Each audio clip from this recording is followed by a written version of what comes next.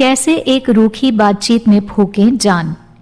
Rule number 18, 19 और 20। कई बार आपके साथ ऐसा हुआ होगा कि आप एक समूह में बैठे हों और तब अचानक से सब लोग शांत हो गए हों, जैसे किसी के पास कुछ भी कहने के लिए नहीं हो। जब एक समूह में होते हैं तब तो इस स्थिति से निकलने के कई सारे तरीके हैं, लेकिन यदि आप अकेले किसी व्यक्ति से मिलने गए हैं और उस वक्त ऐसी परिस्थिति पैदा होती है तो वो आप दोनों को ही असहज कर देती है। यहीं से आती है हमारी 18वीं तकनीक कि कैसे आप एक रूखी बातचीत में नई जान फूंक सकते हैं। इस तकनीक में आपको ऐसा करना है कि आपको सामने वाले व्यक्ति की सभी बातों और शब्दों को एकदम ध्यान से सुनना है। इसके बाद यदि कोई विषय आपकी जान पहचान का हो तब आप अपनी तरफ से भी उस विषय से जुड़ा अनुभव साझा कर सकते हैं। फिर भी मान लीजिए कि आपको उस विषय के बारे में कुछ भी नहीं पता, तब आप सामने वाले व्यक्ति से उस विषय के बारे में पूछें।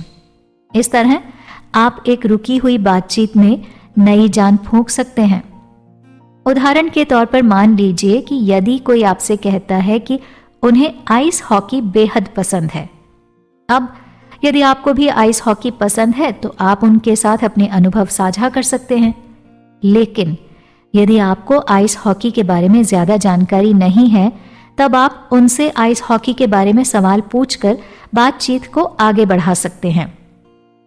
अब सवाल ये पैदा होता है कि इस बातचीत को जारी कैसे रखा जाए।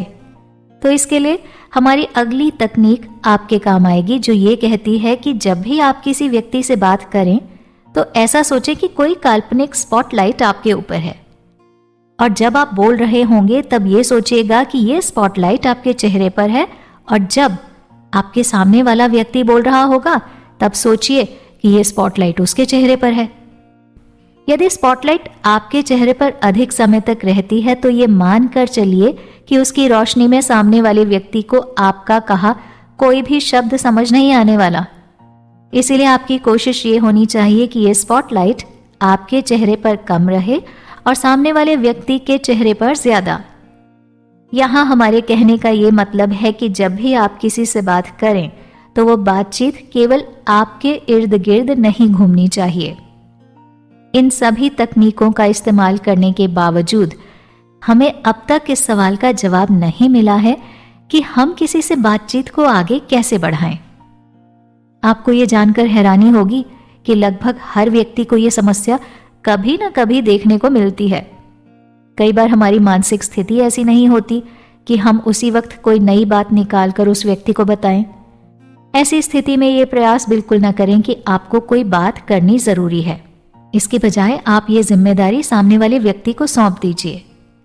यही है हमारी 20वीं तकनीक, जो ये कहती है कि जब भी आप कोई नई बात ना सोच पा रहे हों तो सामने वाले व्यक्ति द्वारा की गई आखिरी बात को दोहराएं और उसके बारे में उनसे कुछ बात करें। इस तरह से आप अपनी बातचीत को भी आगे जारी रख पाएंगे और कोई नई बात करने की जिम्मेदारी भी आप पर नहीं होगी।